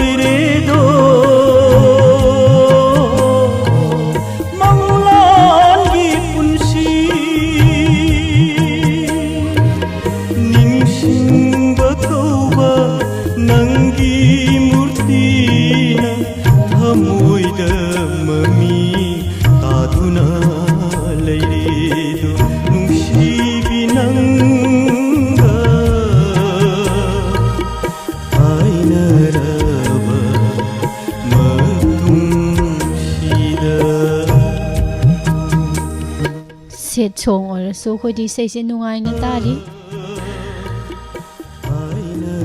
ꯏꯃꯥꯁꯤꯡꯒꯤ ꯏꯆꯦꯁꯤꯡꯒꯤ ꯏꯕꯨꯡꯁꯤꯡꯒꯤ ꯏꯄ꯭ꯋꯥꯁꯤꯡꯒꯤ ꯃꯔꯨꯞ ꯏꯇꯥ ꯃꯌꯥꯝꯒꯤ ꯐꯖꯈ꯭ꯔꯦ ꯏꯁꯩꯁꯤꯡꯁꯦ ꯈꯟꯕꯤꯔꯛꯄ ꯏꯁꯩꯁꯤꯡꯁꯦ ꯊꯃꯣꯏꯒꯁꯦ ꯑꯃꯨꯛꯅ ꯑꯃꯨꯛ ꯆꯤꯔꯦꯛ ꯆꯤꯔꯦꯛ ꯆꯦꯈꯥꯏꯍꯜꯂꯤ ꯑꯃꯨꯛꯅ ꯑꯃꯨꯛ ꯏꯃꯥꯏ ꯊꯃꯣꯏꯒꯁꯦ ꯃꯄꯥꯟ ꯊꯣꯛꯍꯟꯗꯅ ꯖꯒꯣꯏ ꯁꯥꯍꯟꯗꯅ ꯋꯥꯈꯜꯁꯦ ꯂꯩꯀꯣꯜ ꯅꯨꯡꯗ ꯀꯣꯏꯄꯥꯏ ꯄꯥꯏ ꯂꯩꯍꯜꯂꯤ ꯈꯪꯗꯦ ꯅꯨꯡꯁꯤꯕꯅ ꯃꯌꯥꯝꯁꯦ ꯀꯩꯅꯣ ꯏꯃꯥꯟꯅꯕꯤ ꯕ꯭ꯔꯖꯦꯁꯣꯔꯤꯁꯤ ꯎꯗꯕ ꯌꯥꯝ ꯀꯨꯏꯔꯦ ꯉꯍꯥꯟꯈꯩ ꯀꯥꯏ ꯆꯠꯂꯨꯔꯦ ꯑꯗꯨꯒ ꯕꯤꯅꯥ ꯊꯧꯗꯥꯝ ꯁꯔ ꯔꯣꯕꯤꯟꯗ꯭ꯔꯣ ꯃꯣꯅꯥꯂꯤ ꯃꯔꯣꯜ ꯑꯝꯇꯪ ꯀꯧꯊꯣꯛꯀꯦ ꯏꯃꯥ ꯁꯅꯥꯇꯣꯝꯕꯤ ꯏꯕꯨꯡ ꯄ꯭ꯔꯦꯝꯖꯤꯠ ꯅꯤꯇꯨꯂꯥꯏ ꯏꯃꯥ ꯋꯥꯍꯦꯡꯕꯝ ꯁꯨꯕꯤꯇꯥ ꯆꯦꯔꯣ ꯁꯣꯕꯇꯤ ꯏꯆꯦ ꯕꯦꯝꯆꯥ ꯏꯃꯥ ꯏꯕꯦꯝꯍꯟ ꯏꯆꯦ ꯄ꯭ꯔꯣꯃꯤꯂꯥ ꯏꯃꯥ ꯁꯨꯁꯤꯂꯥ ꯃꯤꯁꯇꯔ ꯅꯨꯡꯁꯤꯕ ꯑꯗꯩ ꯅꯤꯅꯦ ꯍꯦꯂꯦꯟ ꯁꯥꯔ ꯁꯨꯔꯦꯁ ꯃꯩ ꯇꯥꯔꯦꯍꯦ ꯏꯃꯥꯅ ꯈꯟꯕꯤꯔꯛꯄ ꯏꯁꯩ ꯌꯥꯝ ꯐꯖꯩ ꯍꯥꯏꯕꯤ ꯋꯥꯍꯦꯡꯕꯝꯒꯤ ꯏꯃꯥ ꯀꯩꯅꯣ ꯋꯥꯍꯦꯡꯕꯝꯒꯤ ꯑꯩꯅ ꯀꯧꯒꯦ ꯈꯜꯂꯤꯁꯤꯒ ꯂꯩꯔꯝꯃꯤꯕ ꯏꯃꯥꯁꯤꯒ ꯑꯣꯟꯅꯔꯦ ꯇꯧꯔꯤꯁꯦ ꯃꯦꯗꯥꯝ ꯁꯋꯥꯝ ꯑꯣꯃꯤꯇꯥ ꯁꯥꯔ ꯕꯤꯖꯣꯏ ꯇꯣꯡꯕ꯭ꯔꯝ ꯏꯃꯥ ꯕꯤꯃꯣꯂꯥ ꯀꯣꯟꯁꯝ ꯏꯕꯨꯡ ꯅꯨꯡꯁꯤ ꯊꯣꯏꯕ ꯃꯩꯇꯩ ꯏꯃꯥ ꯏꯕꯦ ꯌꯥꯏ ꯑꯊꯣꯛꯄꯝꯒꯤ ꯏꯃꯥ ꯄ꯭ꯔꯦꯃꯤꯇꯥ ꯌꯨꯝꯈꯥꯏꯕꯝ ꯁꯥꯔ ꯁꯨꯔꯟꯖꯣꯏ ꯀꯣꯟꯁꯝ ꯑꯗꯨꯒ ꯂꯣꯏꯅꯅ ꯀꯀꯥ ꯂꯥꯏꯁ꯭ꯔꯝ ꯔꯥꯙꯥ ꯋꯥꯍꯦꯡꯕꯝꯒꯤ ꯏꯃꯥ ꯐꯖꯕꯤꯗꯣ ꯌꯥꯎꯈꯤꯕꯅꯤ ꯑꯗ ꯑꯩꯅ ꯊꯤ ꯐꯪꯗ꯭ꯔꯦ ꯂꯣꯏꯁꯤꯜꯂꯛꯄ ꯃꯇꯥꯡꯁꯨ ꯑꯣꯏꯔꯦ ꯃꯊꯪꯒꯤ ꯑꯔꯣꯏꯕ ꯏꯁꯩ ꯃꯌꯥꯝ ꯇꯥꯃꯤꯟꯅꯔꯁꯤ ꯑꯗꯨꯒ ꯁꯣꯝ ꯅꯥꯀꯟꯗ ꯁꯥꯔ ꯗꯣꯔꯦꯟꯗ꯭ꯔꯣ ꯌꯨꯝꯅꯥꯝ ꯄ꯭ꯔꯤꯌꯥ ꯆꯦ ꯏꯟꯗꯨꯕꯂꯥ ꯑꯗꯨ ꯏꯆꯦ ꯄ꯭ꯔꯦꯃꯤꯇꯥ ꯁꯥꯔ ꯁꯟꯖꯤꯠ ꯃꯦꯗꯥꯝ ꯏꯁꯩꯁꯨ ꯌꯥꯝ ꯐꯖꯩ ꯌꯥꯝꯅꯁꯨ ꯅꯨꯡꯁꯤ ꯋꯥꯔꯕ ꯋꯥꯈꯜꯁꯦ ꯈꯖꯤꯛꯇ ꯍꯔꯥꯎꯖꯒꯦ ꯃꯦꯗꯥꯝ ꯉꯝꯂꯗꯤ ꯐꯖꯧ ꯍꯥꯏꯅ ꯁꯩꯍꯧꯕ ꯏꯁꯩꯗꯨ ꯑꯃꯇꯪ ꯉꯪꯕꯤꯔꯝꯃꯨ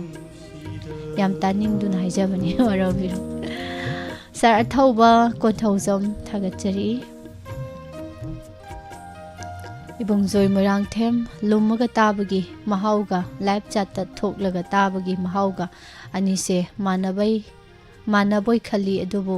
ꯃꯥꯟꯅꯔꯝꯗ꯭ꯔꯦ ꯃꯍꯥꯎꯁꯤꯗꯤ ꯀꯩꯅꯣ ꯃꯍꯥꯎꯁꯤꯗꯤ ꯀꯃꯥꯏꯅ ꯇꯧꯈ꯭ꯔꯒꯦ ꯀꯥꯏ ꯂꯩꯈ꯭ꯔꯒꯦ ꯃꯍꯥꯎ ꯃꯥꯡꯈ꯭ꯔꯦ ꯃꯍꯥꯎ ꯃꯥꯡꯈ꯭ꯔꯦꯅꯦ ꯃꯤꯁ ꯅꯤꯔꯃꯂꯥ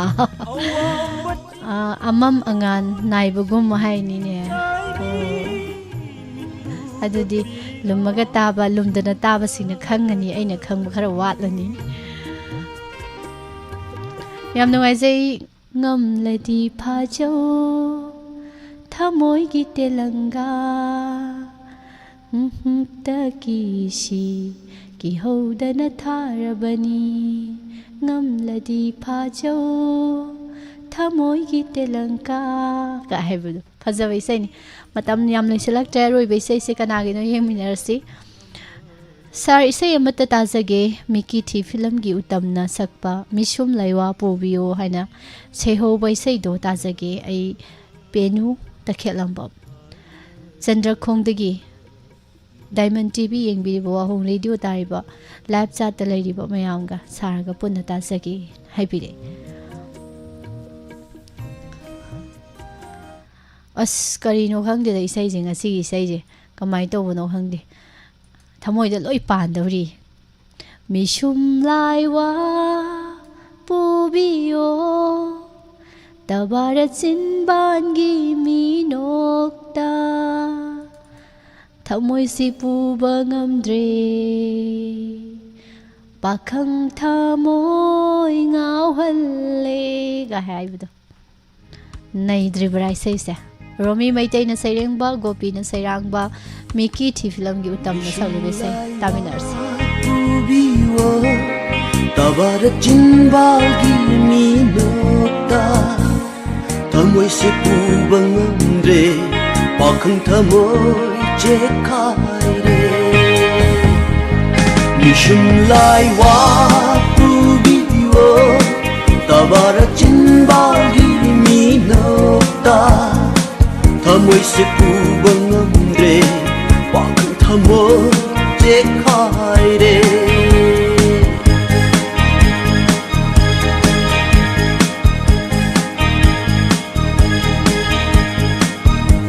ꯂꯩꯇꯥꯐꯝ ꯈꯪꯗꯔꯦ ꯋꯥꯈꯜꯁꯦ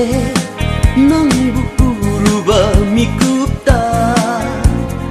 ꯂꯧꯖꯈ꯭ꯔꯣ ꯊꯃꯣꯏꯁꯦ ꯑꯩꯍꯥꯛꯀꯤ ꯄꯤꯔꯕꯅꯤ ꯄꯨꯟꯁꯤꯁꯨ ꯅꯐꯝꯗ ꯂꯩꯇꯥꯐꯝ ꯈꯪꯗꯔꯦ ꯋꯥꯈꯜꯁꯦ ꯅꯪꯕు ꯎꯔꯨꯕ ꯃꯤꯀꯨꯞꯇ ꯂꯧꯖꯈ꯭ꯔꯣ ꯊꯃꯣꯏꯁꯦ ꯑꯩꯍꯥꯛꯀꯤ ꯄꯤꯔꯕꯅꯤ ꯄꯨꯟꯁꯤꯁꯨ ꯅꯐꯝꯗ ꯃꯤꯁꯨꯝ ꯂꯥꯏꯋꯥ ꯄꯨꯕꯤꯌꯣ ꯇꯕꯥꯔ ꯆꯤꯟꯕꯥꯜꯒꯤ ꯃꯤꯅꯣꯛꯇ ꯊꯃꯣꯏꯁꯦ ꯄꯨꯕ ꯉꯝꯗ꯭ꯔꯦ ꯄꯥꯈꯪ ꯊꯃꯣꯏ ꯆꯦꯈꯥꯏꯔꯦ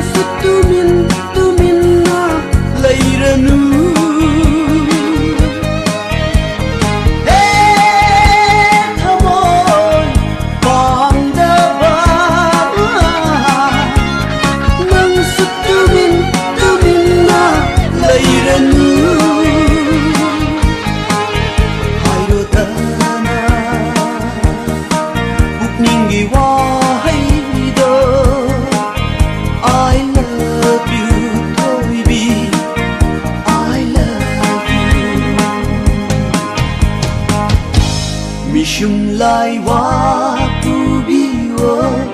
Tabara chinbalgi minokta Thamoy se puba ngamre Wakhang thamoy je khai re Mishum lai wa pubiyo Tabara chinbalgi minokta Thamoy se puba ngamre Wakhang thamoy je khai re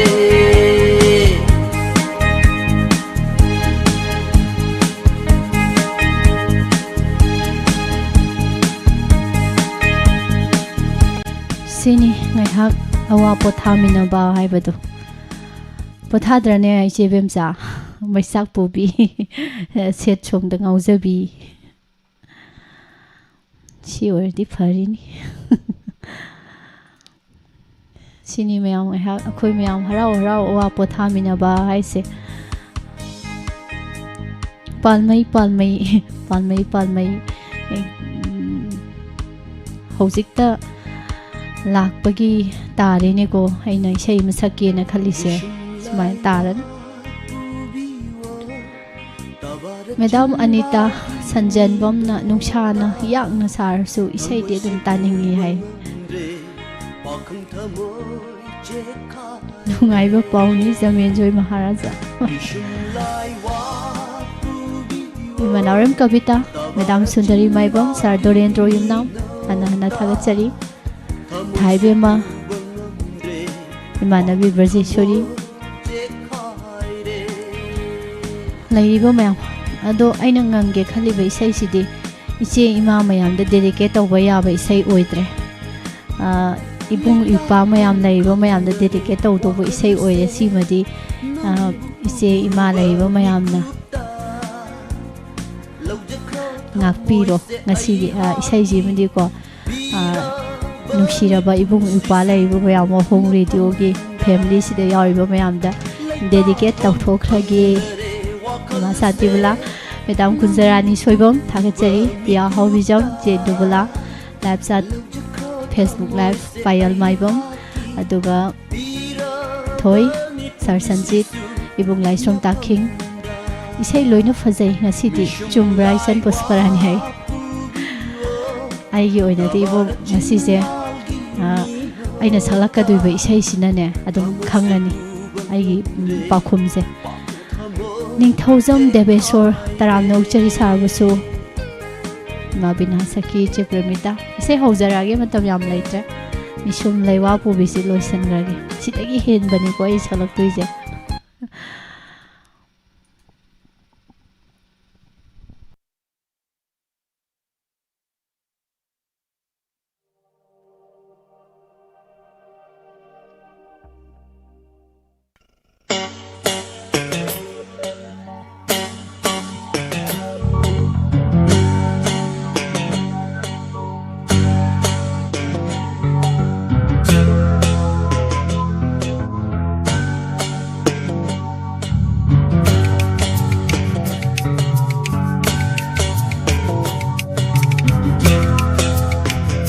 karaoke di mayek sengbo wat paman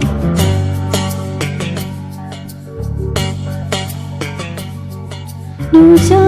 oi bima pokta poklubana Pongdok padi namdi mangunda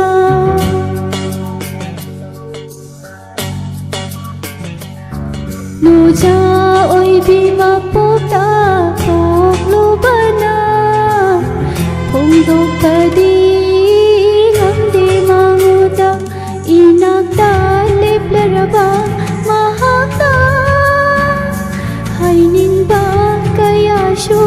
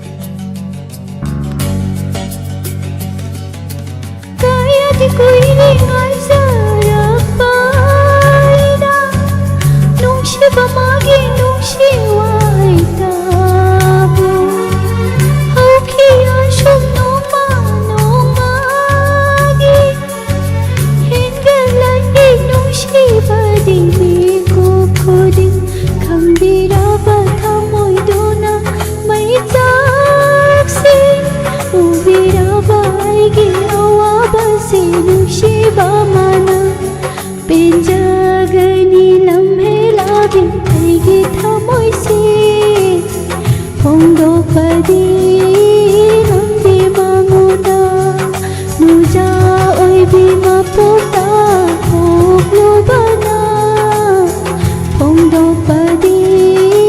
ꯉꯝꯗꯦ ꯃꯉꯣꯟꯗ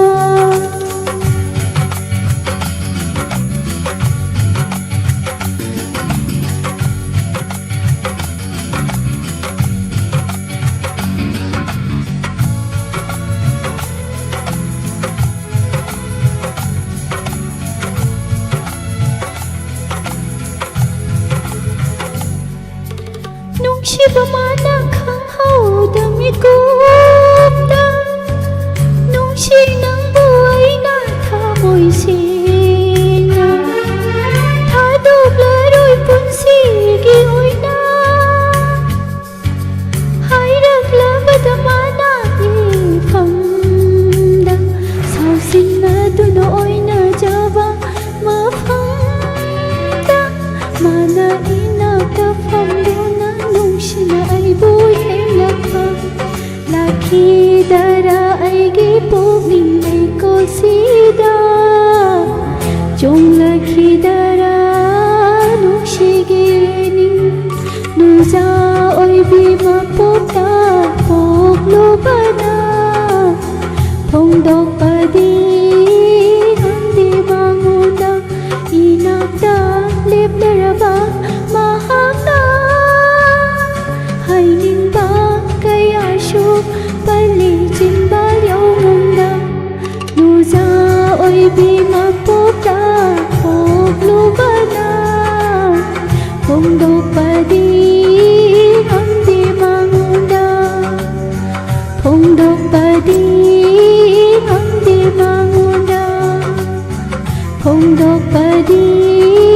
ꯉꯝꯗꯦ ꯃꯉꯣꯟꯗ ꯏꯁꯩꯁꯦ ꯂꯣꯏꯈ꯭ꯔꯦ ꯂꯣꯏꯍꯟꯅꯤꯡꯗ꯭ꯔꯀꯥꯟꯗ ꯂꯣꯏꯊꯣꯛꯈ꯭ꯔꯦ ꯐꯖꯕꯅꯦ ꯃ꯭ꯌꯨꯖꯤꯛꯇꯒꯤ ꯑꯩꯅ ꯍꯦꯟꯅ ꯐꯖꯩꯀꯣ ꯃ꯭ꯌꯨꯖꯤꯛꯁꯦ ꯈꯤꯇꯪ ꯃꯌꯦꯛ ꯁꯦꯡꯕ ꯋꯥꯠꯂꯝꯃꯦ ꯑꯗꯣ ꯏꯁꯩꯁꯦ ꯁꯨꯝ ꯐꯖꯕ ꯃꯌꯥꯝ ꯂꯩ ꯑꯗꯣ ꯀꯔꯥꯎꯀꯦ ꯂꯩꯔꯝꯗꯕ ꯍꯦꯛ ꯌꯥꯎꯋꯦ ꯑꯗꯣ ꯑꯩꯈꯣꯏꯗꯤ ꯁꯨꯝ ꯏꯁꯩꯁꯦ ꯐꯖꯅ ꯍꯩꯅ ꯁꯛꯀꯗꯕꯅꯤ ꯍꯥꯏꯕ ꯅꯠꯇꯦ ꯁꯨꯝ ꯃꯌꯥꯝꯒꯤ ꯏꯟꯇꯔꯦꯁꯇ ꯁꯨꯝ ꯀꯕꯣꯛ ꯀꯕꯣꯛ ꯁꯨꯝ ꯉꯪꯖꯕꯅꯤꯅ ꯑꯩꯈꯣꯏꯗꯤ ꯍꯩꯕꯣꯏ ꯍꯩꯇꯕꯣꯏ ꯁꯛꯂꯛꯄꯅꯤ ꯑꯗ ꯁꯛꯀꯗꯣꯔꯤꯕ ꯏꯁꯩꯗꯨꯒꯤ ꯀꯔꯥꯎꯀꯦꯗꯣ ꯐꯖꯔꯀꯥꯟꯗ ꯑꯩꯈꯣꯏꯒꯤ ꯑꯋꯥꯠꯄꯗꯣ ꯐꯨꯀꯠꯄꯤꯗꯣꯏꯅꯦꯕ ꯑꯗꯣ ꯁꯨꯃꯥꯏꯅ ꯏꯆꯤꯜ ꯏꯅꯥꯎ ꯃꯌꯥꯝ ꯂꯩꯕꯤꯔꯤꯕ ꯏꯕꯨꯡ ꯏꯄ꯭ꯋꯥ ꯃꯌꯥꯝꯅ ꯀꯔꯥꯎꯀꯦꯒ ꯁꯦꯝꯕꯤꯔꯒ ꯊꯥꯗꯣꯛꯄꯤꯔꯛꯄ ꯊꯥꯒꯠꯄꯤꯔꯛꯄꯁꯦ ꯌꯥꯝ ꯅꯨꯡꯉꯥꯏꯖꯩ ꯊꯦꯡꯛ ꯌꯨ ꯍꯥꯏꯖꯔꯤ ꯃꯇꯨꯡꯗꯁꯨ ꯂꯩꯔꯤꯕ ꯏꯁꯩ ꯐꯖꯕꯁꯤꯡꯁꯤꯒꯤ ꯀꯔꯥꯎꯀꯦ ꯁꯦꯝꯕꯤꯔꯛꯀꯅꯤ ꯍꯥꯏꯕꯒꯤ ꯊꯥꯖꯕꯗꯨ ꯊꯝꯖꯔꯤ ꯄꯨꯝꯅꯃꯛꯄꯨ ꯍꯥꯏꯅꯤꯡꯉꯥꯏ ꯂꯩꯇꯅ ꯊꯥꯒꯠꯄ ꯐꯣꯡꯗꯣꯛꯆꯔꯤ ꯏꯁꯩꯁꯦ ꯍꯧꯔꯝꯒꯅꯤꯅꯦ ꯏꯁꯩꯁꯦ ꯑꯃ ꯈꯔ ꯍꯥꯎꯔꯝꯗꯧ ꯃꯥꯜꯂꯦ ꯃꯥꯕꯣꯛ ꯅꯥꯅꯤꯒ ꯊꯣꯛꯂꯛꯏꯁꯤꯗꯤ ꯃꯦꯗꯥꯝ ꯑꯅꯤꯇꯥꯅ ꯐꯖꯩꯌꯦ ꯃꯤꯁꯥꯏ ꯃꯤꯁꯇꯔ ꯅꯨꯡꯁꯤꯕꯅ ꯍꯦꯛ ꯍꯥꯏꯖꯤꯜꯂꯤ ꯍꯦꯛꯇ ꯐꯥꯁ ꯇꯥꯔꯦ ꯀꯥꯟꯅ ꯅꯦꯅꯦ ꯍꯦꯂꯦꯟ ꯃꯣꯅꯥꯂꯤ ꯄꯥꯜꯃꯩ ꯏꯃꯥ ꯁꯅꯥꯊꯣꯏ ꯑꯩꯁ ꯀꯣꯃꯦꯟ ꯄꯥꯔꯔꯣꯏ ꯀꯣꯃꯦꯟ ꯄꯥꯔꯗꯤ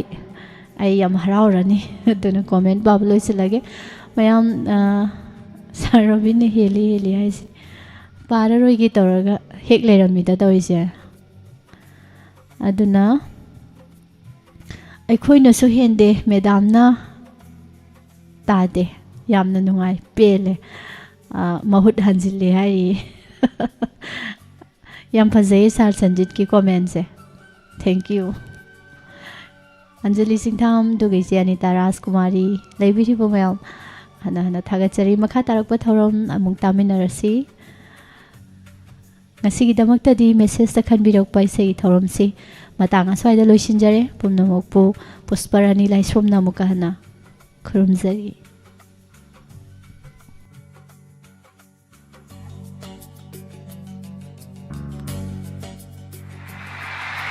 WAHONG Radio,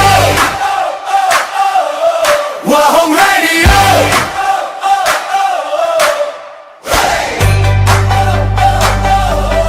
WAHONG Radio, 90.0.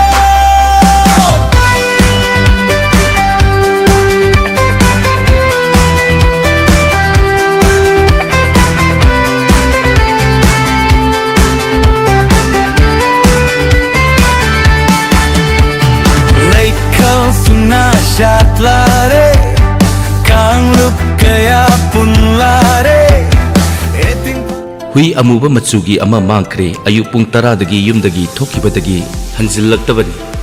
kanagumba pukchen saurabi singna thengnabi batholabadi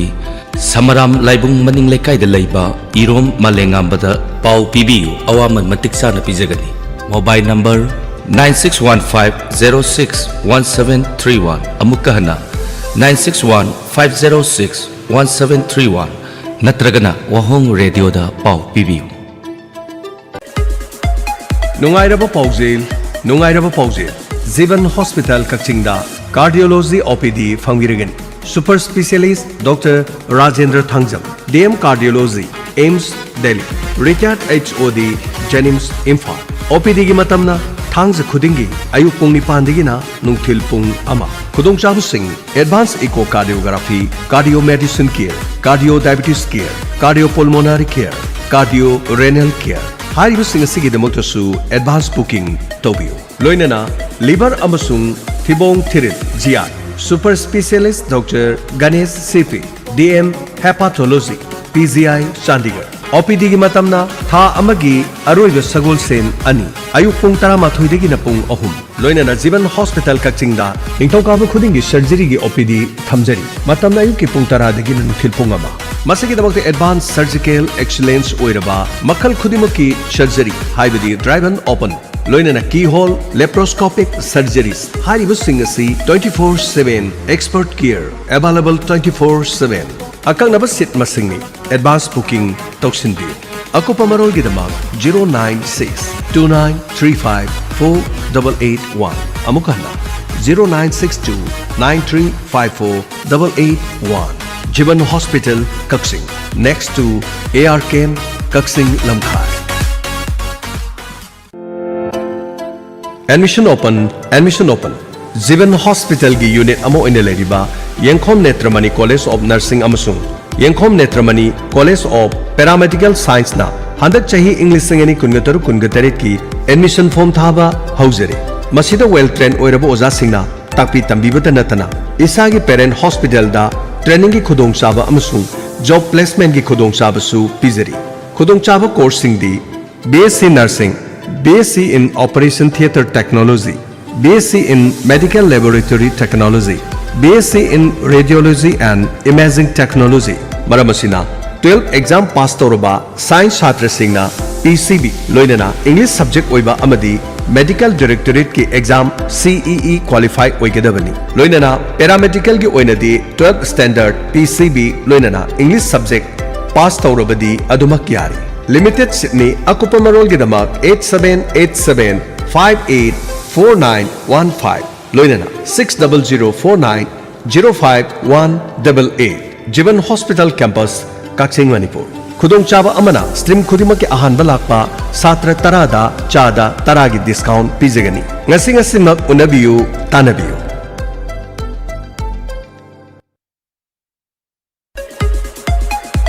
Nungairaba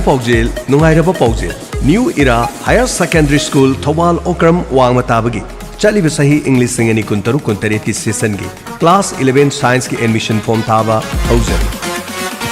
Hauki bachahi English singani tara mapandagi hauduna kwasena loba class 12 ki exam singda position holder kaya leptana puthokuna lapagum English singani kunmuhumdoi kungomari session dasu position holder tara taru inspire award chamaga ama letter mark students lising aniga chamapan kungamanga subject topper ama phangduna 100% first division the pass tawduna Manipur pumbagi thangna ahan bamba phang kanduna lapagum English singani kungamari kunmanga amadi English singani kungamanga kungataru session asigi oinasu nipan suba position dagi hauduna subject topper inspire award letter mark student kaya puthopaga loinana 100% first division da pass tawduna position holder khwaidagi yamna puthopa overall score da Manipur pumbagi manga suba fida phangliba school amani school asine semja kiba mahiroi singna competition kaya da ahan mana amadi G amadi net hauropada natana Manipur gi manung amadi mapan gi university kaya da gold medal phanglapaga loinana academic discipline tambiriba school amani school asine mahiroi singna piriba khudong chaba sing ningthi jana trend auraba experience lairaba oza sing soundproof classroom recreation hall science lab library school magazine Wi-Fi campus smart classroom matamgu chunaraba mahiroi sing study room separate boys and girls hostel 24 hour mai ge awat pa lehendana CCTV camera thamduna kupna monitor tawriba school amani OSM loba class 12 ge exam singda position lawrupana mahiroi singi academic excellence case award amadi school na loba test tam khudimakta 90% degi tarana phanglakpa mahiroi singda school fee free loinana periodically co-curricular activities pangthokpada natana resource person sing kauduna career counseling gi program periba chahi amada numit chani ga khun leptana mahi tambiriba numit khuding student attendance report parents sing the fanghaliba academical monthly report tha ohungi parents sing amari guardian singa nainariba subject ama oina computer thangta tamba fanghaliba boarding gi mahiroi singda subject khudima ki tha taruki free coaching class khwaidagi sonba mahiroi singi free special remedial coaching class 10 gi result ta CGPA da 85% loinana 90% fanglakpa mahiroi singda admission fee free oijariba 91% ki mathakta leiriba singi admission uniform school bag book free pizari lengsin biro school asida adongi mamal yamlaba class 10 pass torwisa singbo ngasimap class 11 science da mingsan biduna mama mapa singi thogal tobangamba isa sing sheminabagi thongdang lominarasi ichapok chabagi mahi phangminarasi akopa marol gi dama call tobiu 9612915991 loinana 70053263132 amadi 708524705 New Era Higher Secondary School Thobal Okram Wangataba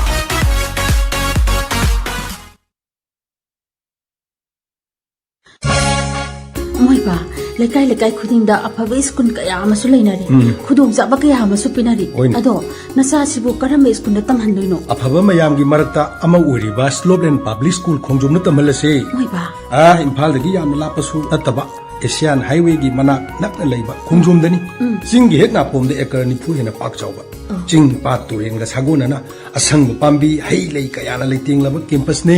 samna harabada Shanti Niketan gum educational garden ama su oriba mahi tambagi di khwai dagi famni class 10 amadi 12 ta manipur gi ono topper